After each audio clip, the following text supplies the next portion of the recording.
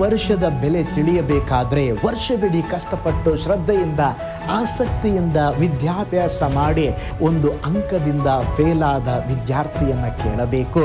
1 ತಿಂಗಳ ಬೆಲೆ ತಿಳಿಯಬೇಕಾದರೆ ಪ್ರಸವದ ಸಮಯದಲ್ಲಿ ಮಗುವನ್ನು ಕಳೆದುಕೊಂಡಂಥ ತಾಯಿಯನ್ನು ಕೇಳಬೇಕು.